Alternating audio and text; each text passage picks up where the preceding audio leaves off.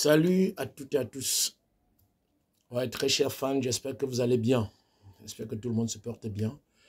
On est là, un peu grippé. Ah oui, on s'est levé ce matin avec la mort de notre icône du cinéma, Alphonse Béni. Pour ceux qui ont regardé ces films américains d'antan, les Super Ninja, et Dans l'action. Bref, il y avait plusieurs films à tourner du côté de Hollywood. Et que quand on entendait dire que c'est un Camerounais, ça faisait notre fierté. Oui, ça faisait notre fierté de savoir que c'était un Camerounais. Oui. Malheureusement, il nous a quittés aujourd'hui. Donc, nous commençons ce matin avec cette triste nouvelle. Commençons ce matin avec cette triste nouvelle. Alphonse Béni n'y est plus. Et nous ne pouvons que souhaiter le repos de son âme, dans la paix bien sûr. Dans la paix bien sûr. Voilà, je voulais donc commencer par demander à ceux qui ne sont pas encore abonnés, s'il vous plaît, abonnez-vous. Abonnez-vous massivement à cette page. C'est pour m'encourager. Partagez les vidéos, likez, commentez. N'ayez pas peur de me dire ce qui vient du fond de votre cœur. N'ayez pas peur de le dire en commentaire. Donc, ce matin encore, je tiens à remercier ceux qui suivent vraiment ce que j'ai fait. Et ceux qui commandent, ceux qui partagent, ceux qui sont abonnés, pour ceux qui ne sont pas encore, je vous en prie, abonnez-vous. Alors, le sujet de ce matin, je reviens parce que plusieurs personnes m'ont demandé de parler de la situation des Camerounais du côté de la Tunisie. Oui, les Africains. En principe, je n'ai pas voulu parler de cette affaire parce que quand je regarde et quand j'ai pensé parler, je me suis dit, les gens vont encore dire que le gars, s'il raconte n'importe quoi. Oui. Mon problème n'est pas que les Tunisiens ou les Maghrébiens menacent les Noirs. En principe, j'aime souvent m'amuser à dire, on a combien de pays maghrébiens? Il y a combien de pays maghreb? Sur combien de pays africains?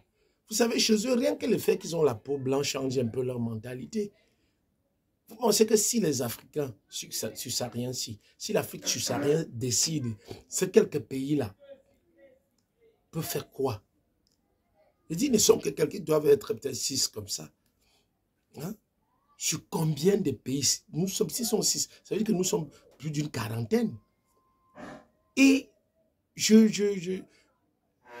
vais un peu tirer sur les dirigeants des pays subsahariens. Vous voyez un peu, on a tout chez nous, mais nos responsables ne nous donnent pas l'opportunité, ne nous aident en rien. C'est eux la cause. Oui, si ces jeunes se retrouvent du côté de la Tunisie, de l'Égypte, du Maroc, partout là-bas, c'est à cause de ces dirigeants, à cause de ceux qui sont au pouvoir. Donnez l'envie aux jeunes de rester sur place. Donnez l'envie aux jeunes de vivre en Afrique subsaharienne. Plus précisément chez nous, ici au Cameroun, on a tout. Pourquoi tous les jours les Camerounais? Je suis sûr que si on dépose l'avion, si on se lève le matin, on dépose l'avion là ou un bateau, on demande aux Camerounais qui veut sortir, qui ne veut plus vivre au Cameroun. Même ceux qui parlent chaque jour du patriotisme, vous allez les voir dans l'avion ou dans le bateau en train de partir.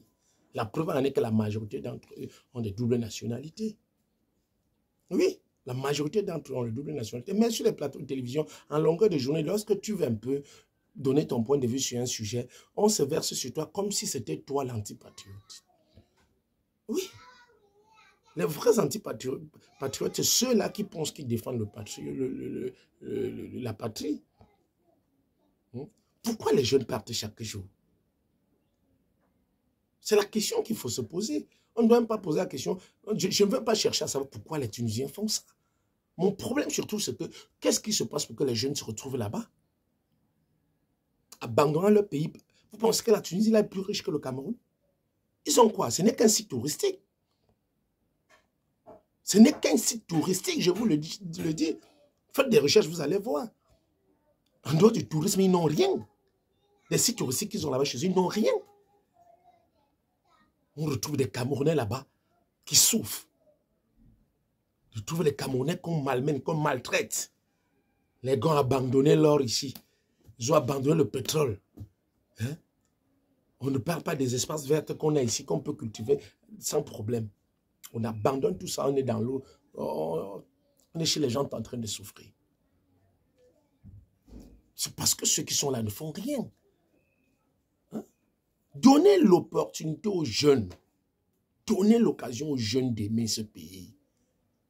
Donnez l'occasion aux jeunes, l'opportunité aux jeunes d'avoir l'envie, d'avoir envie de vivre dans ce pays.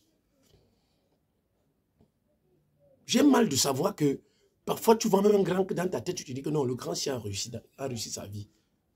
Mais il est en train de faire ses papiers pour partir.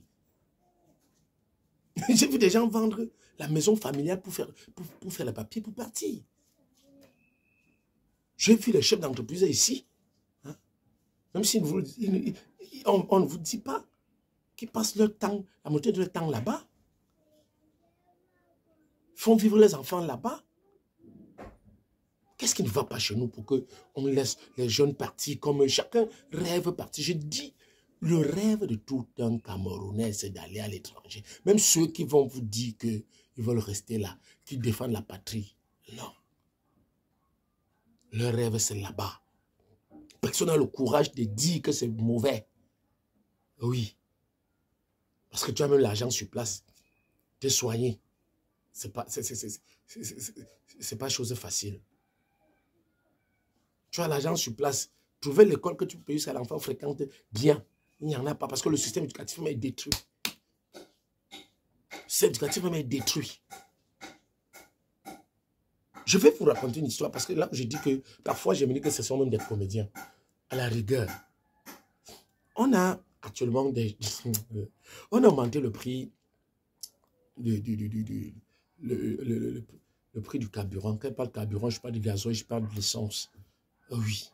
Mais curieusement, depuis un bon bout, on ne veut pas nous dire, on n'a pas le gasoil au pays. Je vous assure. Aujourd'hui, tu arrives à la station, et ce qui est marrant, c'est qu'on s'amuse souvent, je ne sais pas si c'est pour faire rire, tu arrives à la station, on te dit, tu ne peux consommer que 5 000. Dans certaines stations, on te dit, on peut te donner que pour 2 000, pour 3 000. Comme si on prenait la carte d'identité pour servir les gens. Et entre-temps, les gens viennent. La même personne peut venir acheter même 5 fois. Ça ne les dérange pas. La seule différence, c'est qu'on ne peut pas te servir la quantité que tu achètes en 5 fois, en une seule fois. La même chose pour le pétrole. Je dis le pétrole de la lampe, là, le pétrole pour le ménage. Même à l'heure où je vous parle, le pétrole se fait rare. Pourquoi on augmente les prix? Déjà, je ne veux pas entrer moi dedans. Oui. Mais pourquoi il y a manque? Pourquoi il y a manque? Hein? Je dis, je ne comprends rien. C'est comme si c'était de la comédie. Donc, je tenais encore à demander, s'il vous plaît, pour ceux qui passent leur temps à tirer sur les Maghrébins, ils sont chez eux. Moi, un petit pas sur eux, ils sont chez eux, oui. Moi, je parle de nous. Pourquoi on doit partir? Pourquoi faire partie des gens? Et pour vous montrer encore que ces gens ne nous aiment pas. Vous voyez, depuis que les choses comme ça se passent, non, ça ne dit rien à personne. Ça ne dérange personne. Ça ne dérange personne. Est-ce que vous savez qu'il y a même pire que ces affaires de dire qu'on menace le Cameroun? On vit, ici, il y a des choses que nous vivons qui sont plus pires que cela. Est-ce que vous vous rendez compte qu'au Cameroun, dans mon cher et beau pays, si vous comptabilisez le nombre de personnes qui décèdent en une journée, il sera même pire que dans un pays en guerre. Je dis, manque de soins. Même quand on a l'argent, même manque d'argent pour aller à l'hôpital déjà. À l'hôpital, manque de soins. Je ne sais pas si vous comprenez un peu. Parfois, c'est la crise. Et la mort ne nous fait plus rien. Vous allez vous rendre compte que vous passez là, dans un quartier, on a pointé quelqu'un, ça ne dit rien. Les gens sont en train de bagarrer, se poigner entre eux. Non, on n'a pas qui fuit. Personne, ça ne dit rien à personne. Vous passez en route, il y a accident. Les cadavres sont couchés là. Les gens font le selfie, les gens font le direct. Ça ne dit rien à personne. Vous allez voir quelqu'un se tenir là debout devant un cadavre accidenté. Donc, ça dit, après l'accident, on a les cadavres, on a les blessés. Quelqu'un vient là, se placer là, il regarde, il mange son pain. Il est très content. Parce que la mort, on a atteint un niveau de, je ne sais pas si je vais dire de souffrance, où quand on regarde même ces atrocités, ça ne nous dit plus rien. Mais pour moi, la question dont nous devons nous poser, pourquoi on part? Pourquoi laisser les jeunes partir? Donner l'opportunité aux jeunes. Tous les jours, on met des fonds. Oui, on va vous parler des milliards qu'on met pour soutenir les projets jeunes. Mais ça va où ces milliards? Ces milliards vont où? Hein? Les gens prennent, construisent les immeubles, vous appelez ça les appartements meublés. Vous allez voir ça, ça pilule partout les appartements meublés. Et il n'y a même personne pour y vivre. Parce que c'est tellement nombreux. Tellement. On construit des maisons en abandon. Ils payent des voitures de luxe. Ils envoient les enfants en Europe. Ils disent l'argent qu'on met chaque année pour que les jeunes, pour soutenir les projets jeunes. J'ai vu un jeune qui a fabriqué un bateau, je peux dire. Si vous appelez ça yacht ou n'importe quoi. Mais un bateau, c'est un jeune Camerounais. Il doit être originaire de l'Ouest. Oui. Dans le département de la Ménois. Il a fabriqué un bateau. Il a fait des tests, on a vu. Mais encourager ces jeunes, mettez de l'argent qu'ils produisent comme ça, plusieurs. J'en ai encore vu un autre ici à Douala qui a réussi à fabriquer,